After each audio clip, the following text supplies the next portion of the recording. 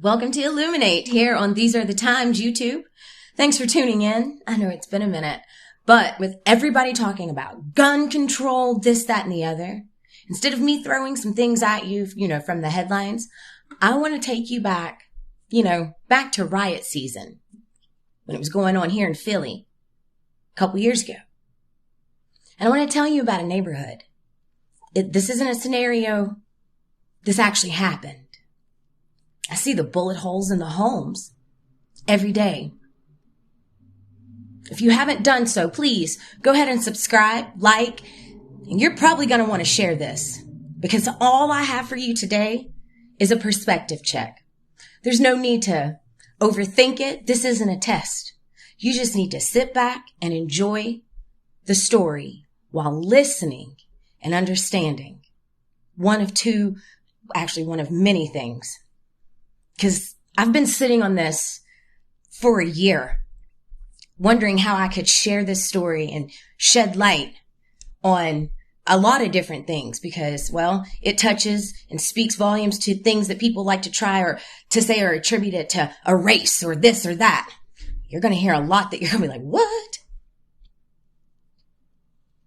And it hit me today how I could use this and we could cover everything at once. Race, gun violence, this, that, and the other. Stereotypes. A lot of things are going to get killed, I think, with this one. So stay tuned. And if you haven't done so, go ahead and subscribe. Be right back.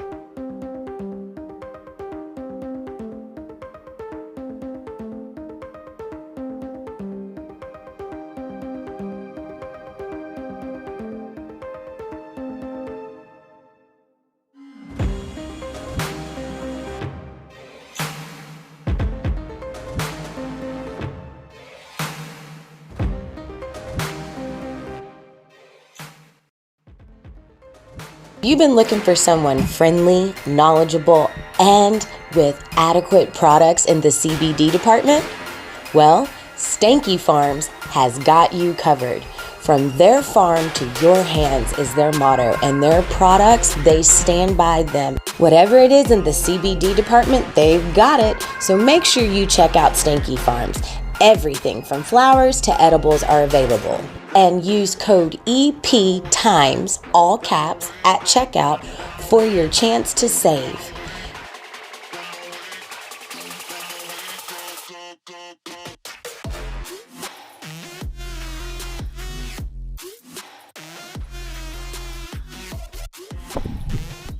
It's so beautiful out today, but imagine it wasn't so pretty on the days that I want to talk about. You probably remember hearing about it on the news. There was a neighborhood in Philly, especially during riot season, that, they saw 10 hellacious days of rampant gunfire. Their police department didn't come to save them.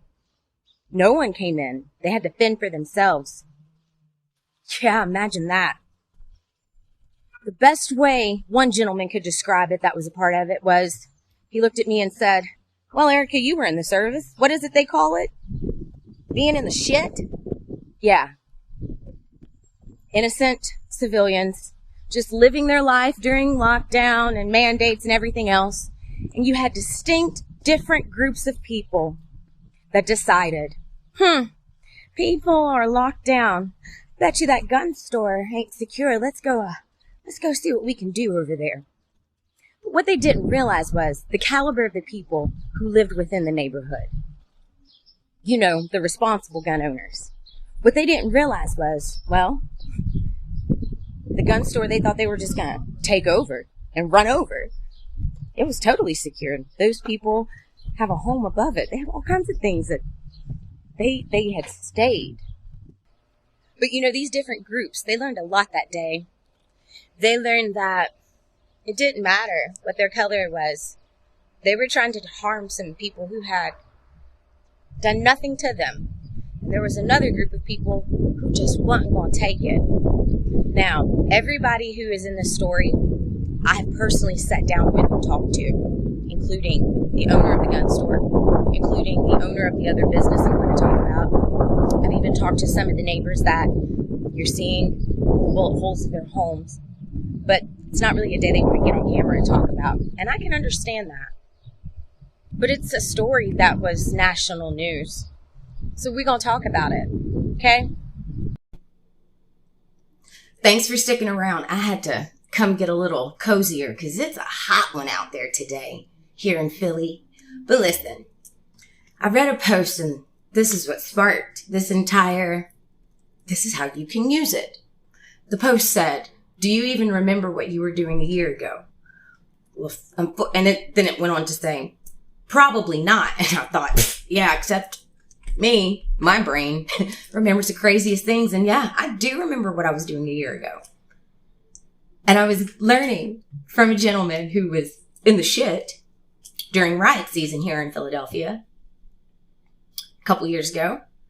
I was learning about my neighborhood. You know, we had just moved in a few years ago, and the store above or below where we live, the owner happened to be out. He had just opened early that morning, raised the gate. Because, you know, everything around here has gates. You're crazy if you don't have a gate on your things that are businesses. But, you know, he saw us in the breezeway drinking coffee and having a cigarette. So we began to shoot shit. And somehow, you know, we were just getting to know one another even better. And neighborly things. And somehow he looked at me, he said, listen, we started talking about, you know, just the level of craziness and insanity that was going on in the world. And we were talking, he had asked me, where do you think it's going? Now, before I go any further, I want to let you know, this is a Muslim man. And I love this guy to death. Heart of freaking gold, okay? And I don't mean like, I'm an American convert. I mean, this is a Muslim man. Very traveled, very versed, very intelligent human being. Him and his business partner. And he said, people just done lost it. He said, y'all remember that on the news? He said, you remember during riot season, the neighborhood that was being held up for 10 days? And I was like, yes, I do remember that. I was like, but I never allowed myself to really dive into that story. I said, because I knew that was emotional. He said, well, I'm going to tell you that story. He said, because this is that neighborhood. Now, Joey is like, I'm like, tell me more. Because I want to understand what happened. Because I do remember it. And I'm like, 10 days. Where were the cops? Where was that? Where was anything?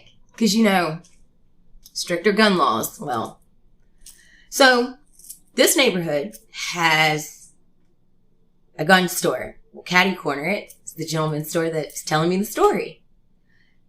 And everybody in this section, well, they all know one another. It's got a community, old school kind of vibe. And they also understand that, well, fuck around, you'll find out. And so the store owner that owns my building actually, well, I mean, hello, there's apartments up here. Main one is his. And what people didn't know is that he was here, even though a group, which what he told me was in those 10 days, they met multiple different groups. They met gangs of dirt bikers who were black, but also had a few mixed people in there, you know, Puerto Ricans, some Hispanic. It was a little diverse. Then they were met with a group of white individuals that came in here and thought that they was going to wreak havoc and take over the gun store. They were met with all different types of individuals, all on the same mission. I know. Y'all have thought I was going to tell you everybody that was getting ready to do what I'm about to tell you was black. No. We saw every race in here is what he said. But he said, when it started, he was like, it was crazy. He said, you ever watched a movie and you still how everything gets real quiet out of nowhere? You're like, what the? You got to understand, this is a main road through here where this gun store and this other gentleman's store is located. It's a main drag, so it's never quiet. I don't care what time of day it is. It's never quiet. But he said, on the day it started, out of nowhere, right before sundown, I know movie setting, but this was real life for some people.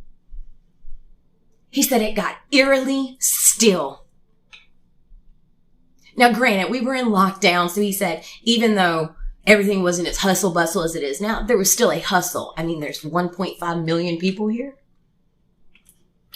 So when he said the gun store owner had called him and was like, man, something just don't feel right. Somebody around the corner from my friend's store said, what's going on up there? And about a block and a half up on one of the side streets to come down to this main drag, you could see people starting to get there. But you could feel the tension, he said. You could have cut it with a knife. And as he walked around there with that neighbor to kind of check it out, he knew in his gut, he said, I knew it was nothing good coming.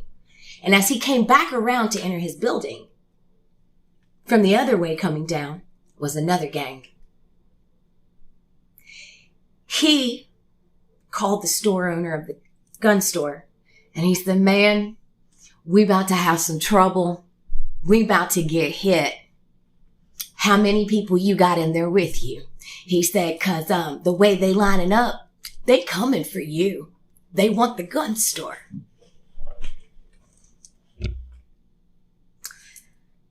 I think he said the first night was the black gangs.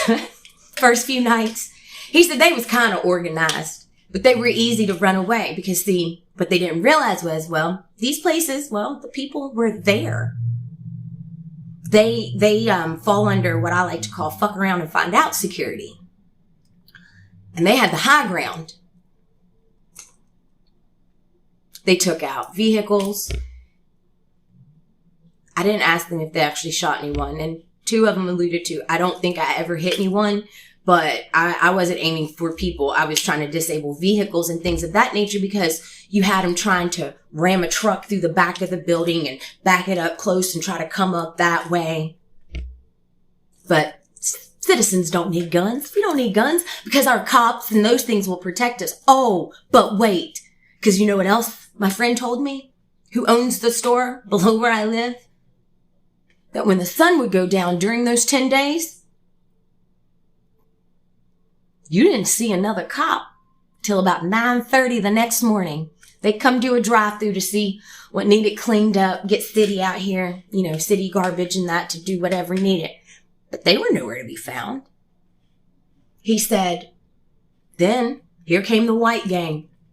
They had pickup trucks. He said they came and was going to take the whole front door down. They almost succeeded.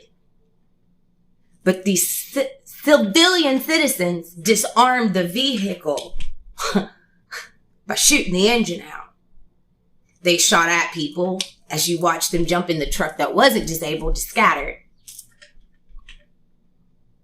But in the mist, every time a gang came in, they were shooting at these stores, and these stores have no thing but to shoot back at them, which is in the direction of people's homes, unfortunately. But my friends every day checked on each and every one of their neighbors. When they saw shit coming, they came and told, listen, get low, stay low. We got you, but don't come out. But y'all want gun control, because that's going to stop them, right? Don't fucking police didn't come and save them. There was no point in calling them because, well, 911 pretty much was busy. Again, we're in a city with 1.5 million people. There's a lot of things going on always here in Philadelphia.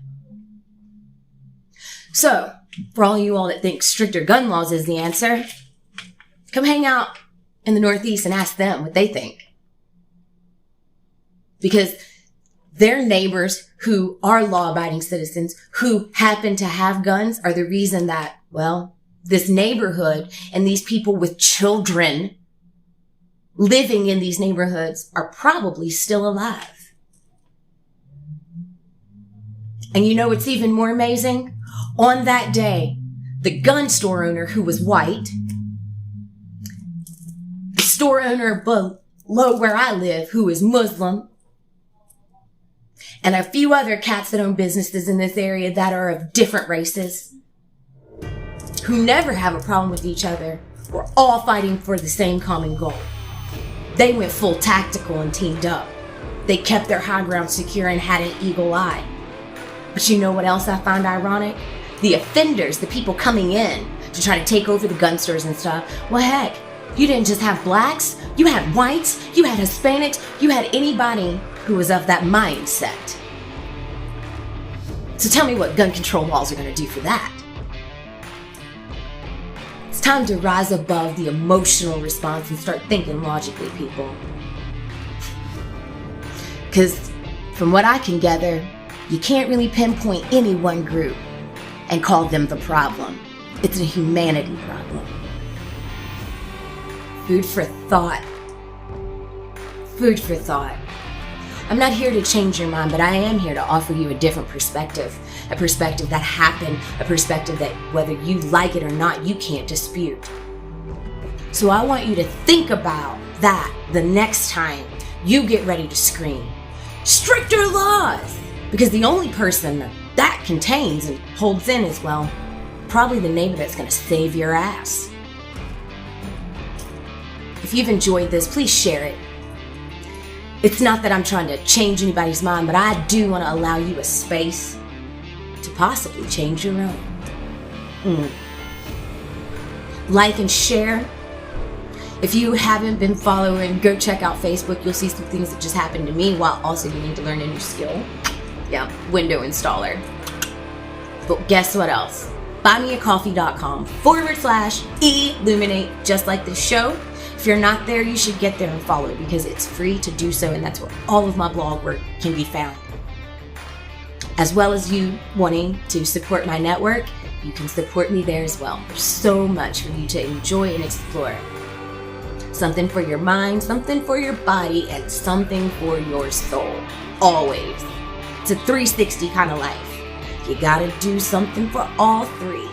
So I don't want to keep you much longer because, well, it's time for me to go finish enjoying the rest of my day off. But don't forget, if you haven't done so, go ahead and subscribe. If you're new here, welcome. If you're an OG, legit been here for a while, thank you for your support. I appreciate you. And I'll see you soon.